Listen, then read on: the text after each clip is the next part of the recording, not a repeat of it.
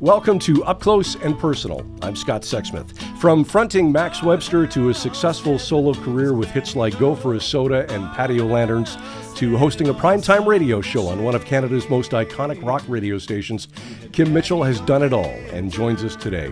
Kim, welcome to Up Close and Personal. It's great to have you here.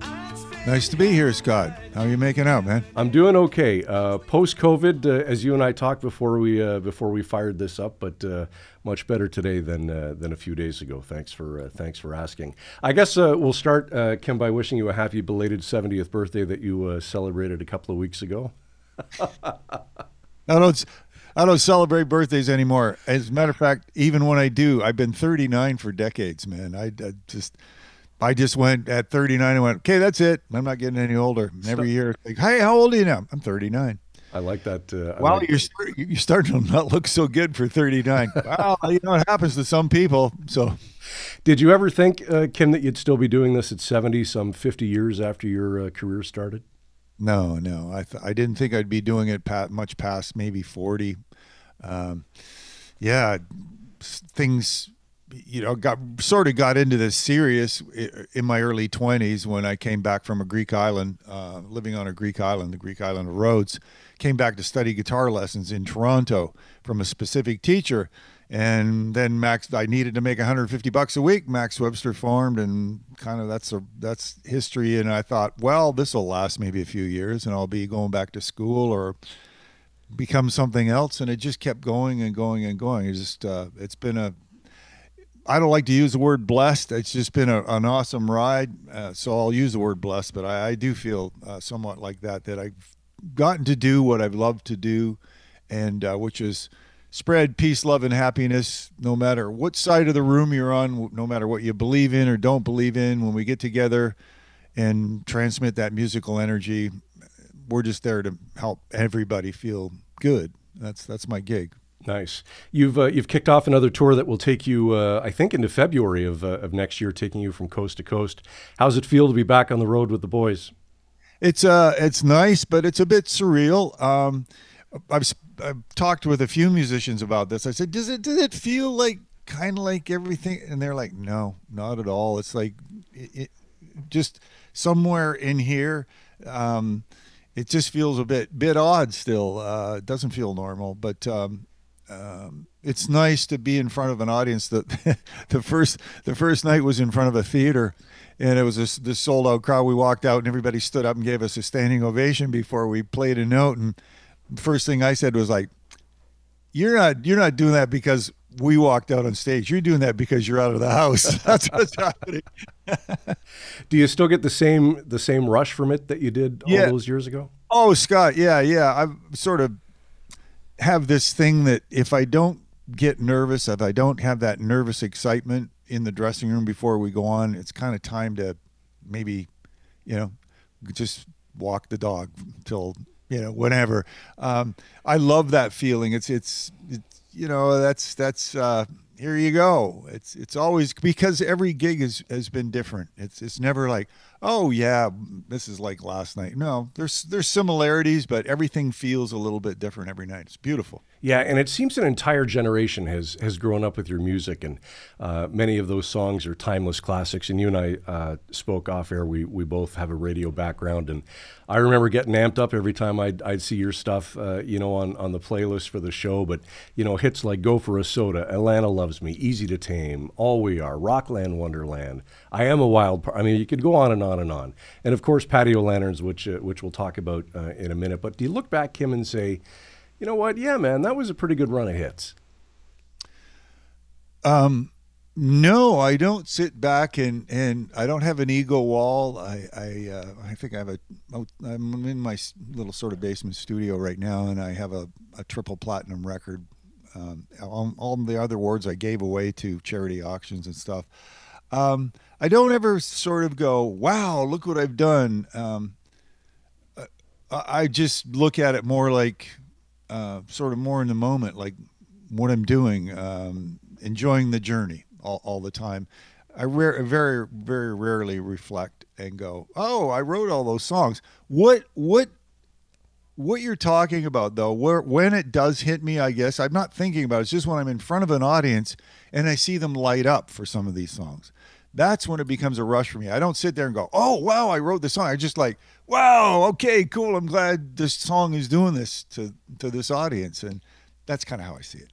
I know Garth Brooks has often said that the biggest compliment he can be paid is when the audience sings back his songs to him as he's performing. Is that kind of what you're referring to?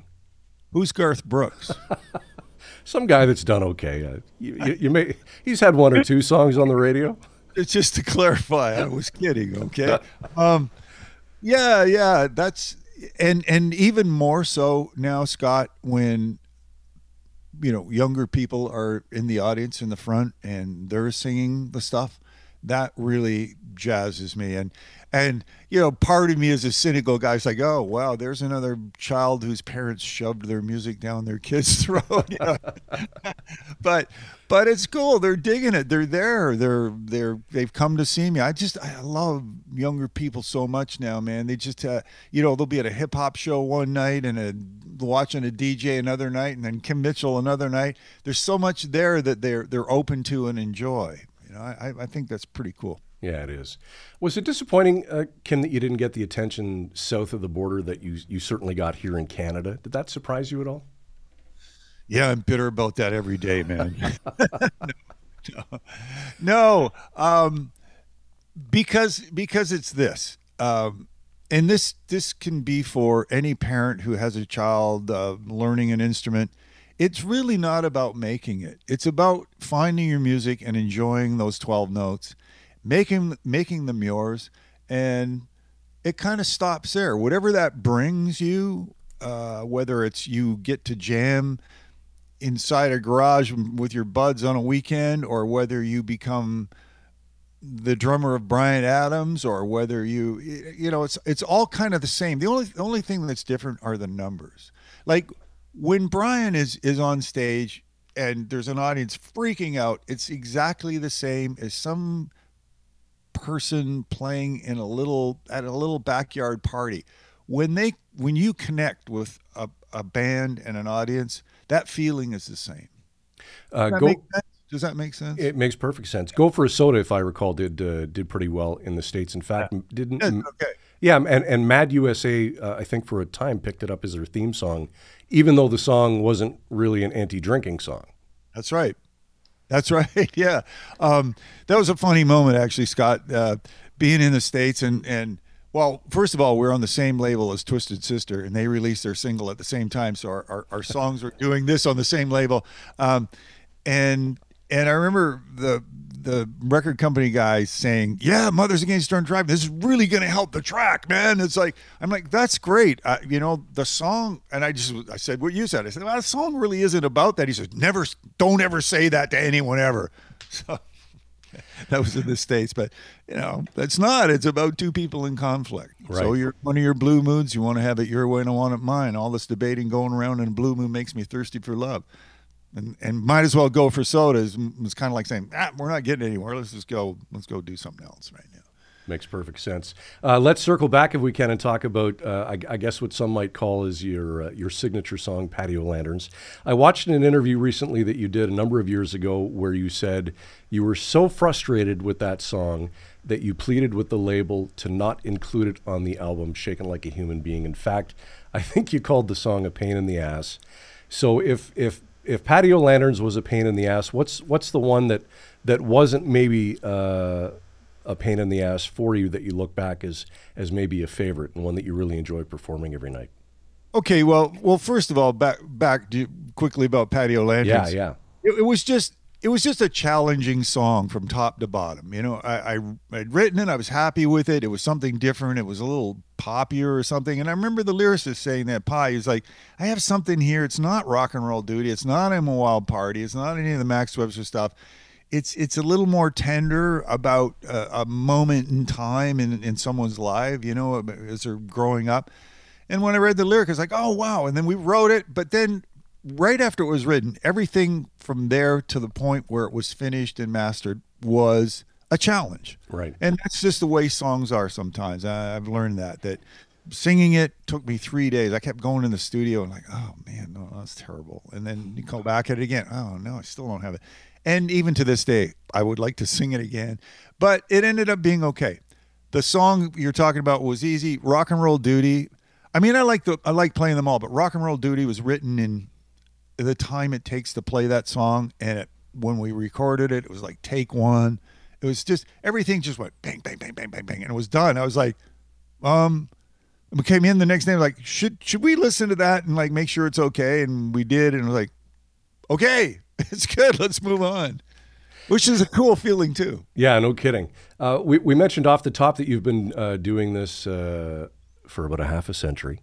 And for 40 of those 50 years, Peter Fredette has been by your side as just a really slick bassist and wonderful singer. In fact, I think you said once your deal with Peter was that you yell and he sings. Yeah. How did the relationship start, and what's been the key to keeping it together for so long for you two? Well, I had written All We Are. I'm playing it. There's a keyboard right below this. But I had written it on keyboards, and I knew that I wouldn't be singing this song. I mean, I'd sing it in falsetto. Don't ask me if I... So I just shelved it, and then lo and behold, I'm in the studio with another few musicians, and I just brought it up. I said, do you know, this one guy's from Ottawa. I said, do you know anybody who sings really well and maybe plays bass or guitar or keyboard? He says, yes, I know somebody named Peter Fredette. I said, can you call him and let's get him down here to hang with us and maybe sing a couple things. And that was it. That's how the relationship started. I was like, wow, Peter, you sing great. And most of all, Scott, what's important to me over the years is the hang. I'll take not that Peter's anything like this. I would rather have a lesser talented musician who's like a great hang, because you're with these people a lot. You're in there. You're on stage a couple hours, but the rest of the time you're doing all kinds of other things, traveling and stuff. So he was such a fun guy, funny and kind, and he said, man, I'll give you an honest day's work every day. And just stuff like that made me laugh. And it's just lasted long because there's a chemistry on stage with his musicianship and his bass playing. And then when he opens his mouth and sings, we ring well together. There's this sort of, we don't really have to say too much to each other anymore. We just kind of go, yeah, you want to do, yeah, sure, man, I know what to do, and he does it. It's cool, man. We've been like brothers from another mother. That's exactly what this thing has been. And when you're together with someone for that long, and like you say, you're on airplanes and airports and hotels and touring and stages, and there's obviously going to be a bit of a breaking point where you need to get away and separate. Yep. Can you kind of walk me through that process when you know that, okay, I need a break from you, I know you need a break from me? How does that work? Well, you're right. There's certain parallels that are like a relationship, a marriage or whatever. We're traveling a lot. I always make the joke that, Peter and we've been playing together longer than two of his marriages and one of mine put together have lasted. So we don't even really have to say anything. Everybody can read everybody's body language on the road. It's like, I need some alone time, and off you go. Off you go to your room, or you pass on a sound check, or you just don't hang out with the band. You show up, before the gig. And I mean, we're never at that point where we don't want to be in the dressing room with each other. We're because there are bands like that. They don't even share the same dressing room. But that's a good question. But I think it's just, we don't have to sit there and go, hey, that's it, I'm at my breaking point. You can read it.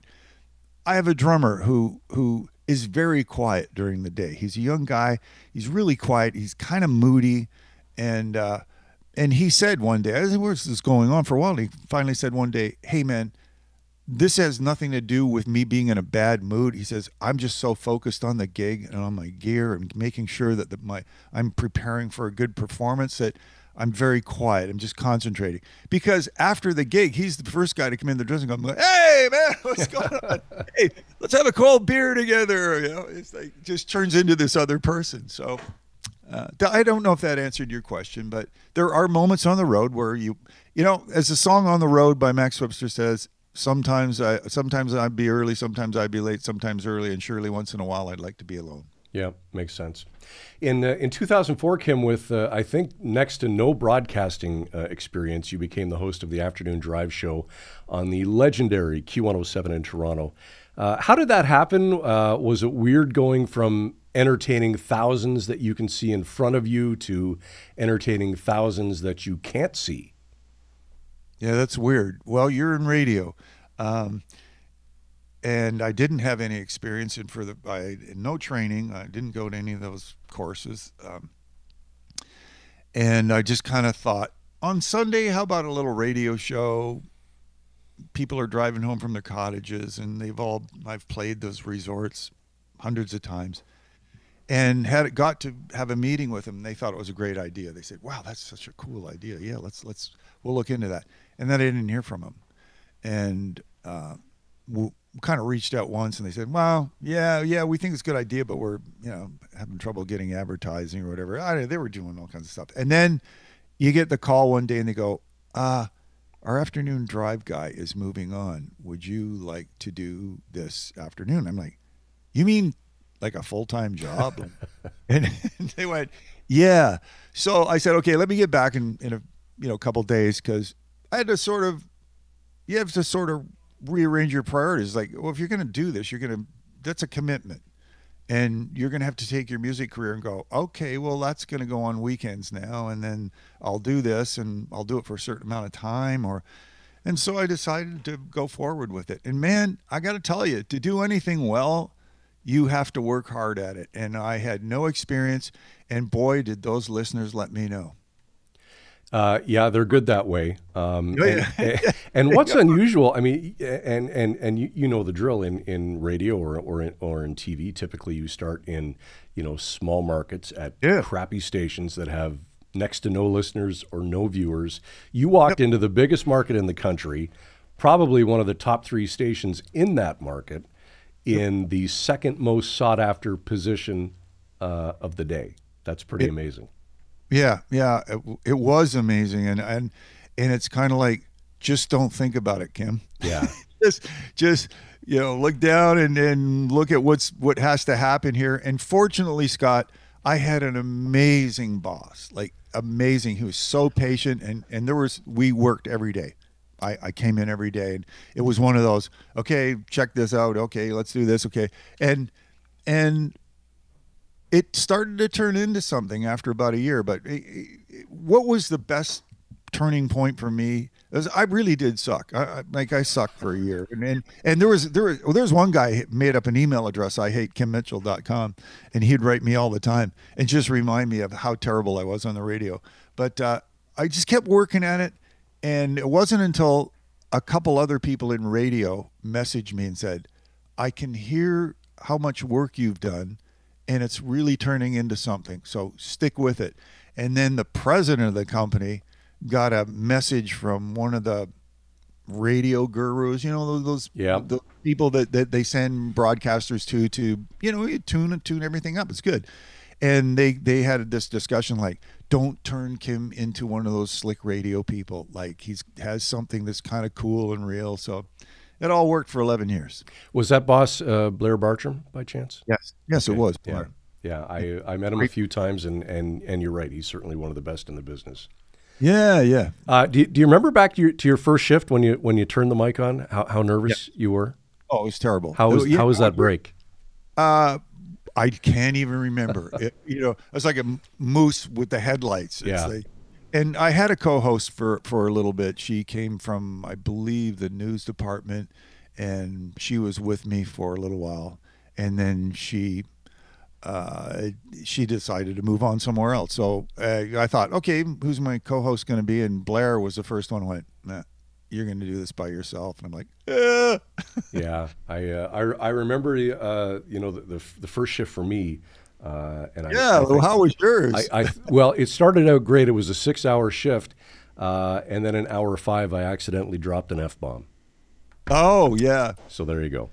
Well, I've had a couple of those, but I didn't drop them. I remember specifically Tom Cochran walking in on an interview and didn't know the microphones were open. I just opened them up as he was walking in, and Yeah, he let one fly, and I'm like, ooh, that's not good. Not good. But It's always better though when it's somebody else and not you that's saying right, and that's what Blair said. He said, "Hey man, you didn't say it. Don't worry about it." it. In 2016, you had one hell of a health scare, suffering a heart attack. Aside from the obvious of having to make dietary and lifestyle changes, how did it impact your perspective on life and maybe your own mortality?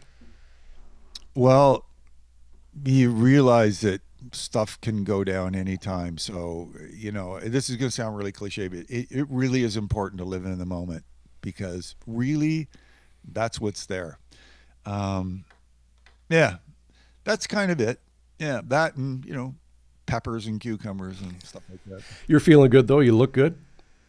Uh, well, I'm an older guy now. I mean, I don't think. I know for 39. You. Yeah, for 39, I'm starting to, weather a few things. I mean, there's a few issues, a bit of pain stuff, just from being on the road so many years. But I'm okay. Yeah, I'm Good. still rocking it up. One question I've been dying to ask you for years is about the OPP ball cap and how that came to be one of that agency's best marketing and promotional tool of all time, I would think. How did that come to be? Yeah, it kind of became my brand. I mean, Yeah. the day I stopped wearing that stuff was the day people went, "Hey, are you Kim Mitchell?" Yeah, because I shaved my head, and like I could walk into a room, nothing would happen. It was a cousin. I was just at a restaurant. I'm not sure if I was married at the time. I think I might have been, or with my wife to be, or something. And a cousin walked in. I hadn't seen in a while, and he was wearing an LPP hat. And he said, "Hey, you're playing at such and such, and da da da da da. Can you hook me up?" And I was like, "Well, you're my cousin. I'll get you." And I said, "But there, you got to give me that hat." I was just joking. I said, "You have to give me your OPP hat." And he goes, "Yeah, sure." And he just gave it to me. I put it on, and then when I sort of out leaving the restaurant, how you look at it in a window and you see yourself, it's like, "Hey, that's kind of a cool thing. I wonder how the OPP would feel about it." But they were totally cool with it, and so that sort of became the brand thing until one night in a windy, load out, raining Canadian outside, early winter, and it blew off my head, and the truck was backing up, and it ran over it and buried it in the muck. No. I just kind of went, "This is a sign. Yeah. This is a sign, Scott." So, and that was it. And then, okay, small point. Just recently, a couple of years ago, because I haven't been wearing that in decades now. Yeah. Shaving. A bud of mine who used to be a hairdresser, he made an OPP hat with the hair, like real hair. It was really beautiful. And he said, we were in a sort of a swanky area of Toronto, and he goes, "Hey man," he says, "put the hat on," because he gave it to me. He goes, "Look, put the hat on. Let's go for a walk, see what happens." And within 30 seconds, 4 or 5 people was like, "Hey, Kim Mitchell, haven't seen you in ages." It was like, Isn't that funny? yeah, it was pretty funny. We were laughing. So would that have been a formal agreement you would have had with OPP, or was it just like a No, I don't know. It just sort of, with the song "Go for Soda," and then, I did a couple PSAs for them. Everything was cool with them. I'm not sure how it would be now. They were very cool about it. As a matter of fact, I go to other cities, and police started to bring me hats. Right, yeah. It was really nice. They'd pay the dressing room a visit, and plus there was a Max Webster Boulevard close to Toronto, and the fans would always steal the sign, Max Webster Boulevard. So the police would come in and say, "Have you guys got the sign?" Yeah, here it is. Kim, you've worked or collaborated with a number of artists. I think one of my favorites, though, has to be the remake of the '77 Max Webster song "Diamonds, Diamonds" that you recut, I think, back in 2018 with Bare Naked Ladies. What a wonderful piece of music. Thank you. Yeah. I played on something. Ed made it really clear that they were fans. As a matter of fact, other people have told us, I was watching a sound check by Bare Naked Ladies, and they were doing a couple of your tunes. I'm like, what? And Ed, in the video All We Are, our video All We Are, Ed was in the audience as a kid. He came to that and said, I got to go see this. And so he pulled aside. So he says, "I'm in the audience in that video." And I was doing a remake. I just wanted to do a remake of something. And we decided an old Max Webster track, and I knew they were fans, so I just shot them an email and went, "Would you guys be into doing this?" And they were like, "Yes, let's do it." So, and it was Greg Wells, my producer of my last record, who's a very successful producer now in Los Angeles, and he said, "Yeah, I'll do this," and he flew into Toronto and engineered it and produced it, and it turned out really nice. Yeah, it did, and even watching the video, you can see certainly on the faces of the ladies how excited they seem to be a part of that. Yeah. Well, I have to say, in this decades that I've been in, there's kind of no better hang with another band than those guys. They're just fantastic people and good husbands, good dads, good musicians, and just great, kind, fun dudes. I've heard that you also recorded with the late Gord Downie. Oh, well, I wouldn't say we were in a studio. And I can't even remember how we got to writing together, but we somehow connected and said, "Let's get together for an afternoon and see if we can come up with anything." And he came over to my apartment, and at the time, and we wrote a song which ended up on a record called "Ain't Life Amazing" as a different tune. It's called Nolan Nights, but it used to be called "No More Games," and that's what Gord wrote. And we sat and wrote this tune together, and I demoed it right there. I had sort of a demo of it, and we sang. I sang a bit, and he was kind of singing a little bit of stuff. But it never got released, and I haven't really reached out to his wife, Sure, his widow, and to say, "Hey, would it be okay if I put this online?" Because I'd never just throw something like that up. no. Do you think you will release it? No.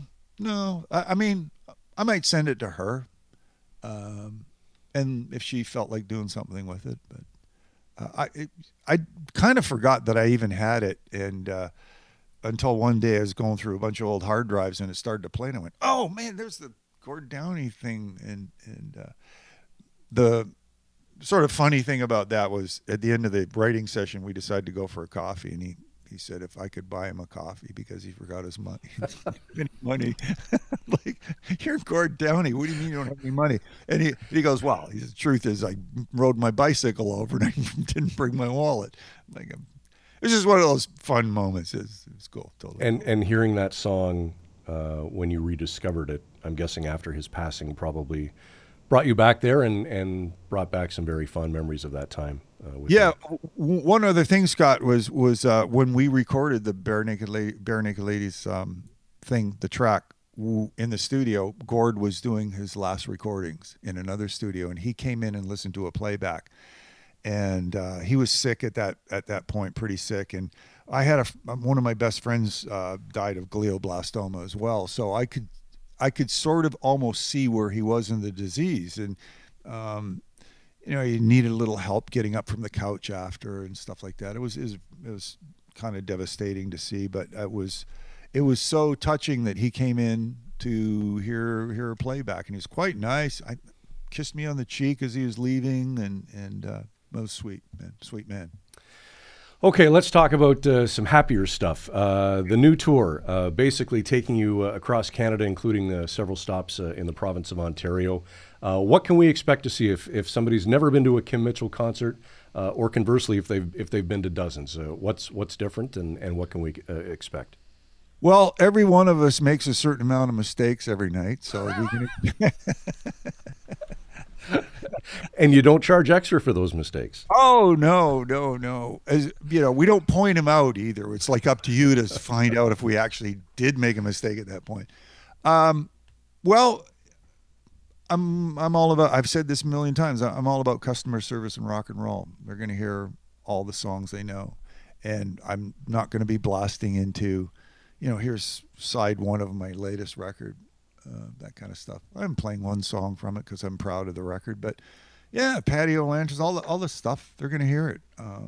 And hopefully they'll dig the energy that's being transmitted. Hopefully they'll dig the band. It's always a weird question. What can we expect? I don't ask that question usually, or nor did I in radio. And I'm saying that's okay. It's just, if U2 is going to do a show, the last thing I want to know is what can I expect? You know, I want to go and I've paid my money to, oh, wow. Oh, I don't want to go. Oh, yeah. Well, apparently they're starting off with this record and then they're going into this. And then, then there's a laser show. And then there's a, you know, that's all. It's just a good band. We're a Canadian band. The production is just, it is what it is. And, you know, I'm not on Brian's, you know, that sort of international level. So we just get up there and try and connect as a band and transmit that beautiful musical energy into an audience. And I guess in hindsight, it's one of those stock dumb questions that interviewers ask people. What can we expect? Here's what you can. Scott, I'm not calling you dumb. No, I'm just sitting here thinking about it. And it's like, you know what? He's absolutely right. Here's what you can expect. We're going to get on stage. We're going to sing. We're going to entertain. Then we're going to leave the stage. I know. So there's a couple of those over the years because I've done a million interviews, and when I got into radio, I'm not asking those questions. And one of them was, so what can we expect from the show? Because I think that's I think it was normally asked by the intern who doesn't know anything about you, who's like, hey, we got to do something for the promoter. Go interview that guy, Kim Mitchell. He's like, oh, so what can we expect from the show? He doesn't really know anything about you. And the other one is, so who are your influences? Yeah. It's like, well, you know, your audience knows who your influences are. It's if you're wearing a hat and you're playing the blues on a Stratocaster, chances are you listen to Stevie Ray Vaughan at some point, or you know what I mean? It's like, anyway, I went for other questions like, okay, man, who's always late in your band? 10 minutes before you go on stage, what's going on? What's on your catering table after the show? Just like goofy stuff like that. You know? But that's the good stuff. And just for the record, I wasn't going to ask you who influenced you. Just to be clear. Okay. I guarantee one dumb question in an interview, and apparently I already flopped. No, Scott, please. I'm just kidding. And I really don't mean to just sort of go, as a music fan, do I really want to know what I'm going to expect? No, I don't really. Yeah. That's a good point. Over 1.5 million records sold in Canada. Oh, there, we're done. That's right. Thank you. Good night. 1.5 million records sold in Canada, 17 Juno nominations, including 3 wins, and just in 2021, I believe, into the Canadian Songwriters Hall of Fame. I know you're not into accolades and all that stuff, but that's a pretty good resume. The one that freaked me out was the Canadian Songwriter Hall of Fame. And I would think that probably meant the most. It did. It did. You know, Scott, by the way, you've really done your work, man. I appreciate it. Juno Awards are, you know, gold, platinum albums, fantastic. But you can kind of see those coming. Okay, we're doing really well. There's records being sold. And then one day you get a plaque for it. It's like, okay. And I'm not making light of that. That's amazing that many people bought your music. And then same thing with Junos is like, well, this is a little bit of a popularity contest maybe, or who's kind of hot at the time. Okay, so maybe I have a chance of winning album of the year or vocalist of the year. I've never considered myself a good vocalist, and here I am winning male vocalist of the year. I'm like, you guys kidding? Okay, but thank you. But winning album of the year, that was special for Shaking Like a Human Being. But when the Songwriter Hall of Fame thing was announced to me, it stopped me in my tracks. It was somebody from SoCan who just met me for a beer. We'd like to meet you for a beer. I'm like, oh, okay. And then this lovely lady shows up and we're talking away, and then she goes, we want to induct you into the Canadian Songwriting Hall of Fame, but not just a song. We want your whole work. And I'm like, what? And I was kind of went speechless. So, and then COVID hit, so there wasn't any real, you know, shebang about it. Which is kind of the positive thing is I didn't have to make a speech. Yeah, because that's not your jam, right? You don't like that kind of. It's weird. It's weird. I guess maybe that's a weird Kim Mitchell fact that he gets on stage, he rocks out a bunch of people, but put him in front of an audience, in front of a microphone. I mean, this is okay, but okay, would you like go talk to these students? Like, oh, I can't do that. Yeah, and I bet you that's why the radio thing clicked with you, because it was just you in a room with a microphone. Couldn't see them. Yeah. And you know, I've always been the same way. I mean, I can do this. I can go on the air, but to see those faces, that's a game changer.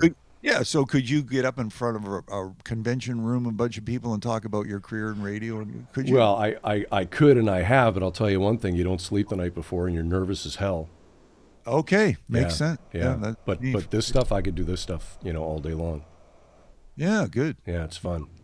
I know in your self-deprecating way you call yourself a rock geezer or a heritage artist, but I think on behalf of your fans from coast to coast, I think we'll stick with legendary Canadian rock icon. Kim, good luck with the tour, and thanks for doing this today. It's been a lot of fun. Thanks, Scott. It was really enjoyed spending some time with you, man.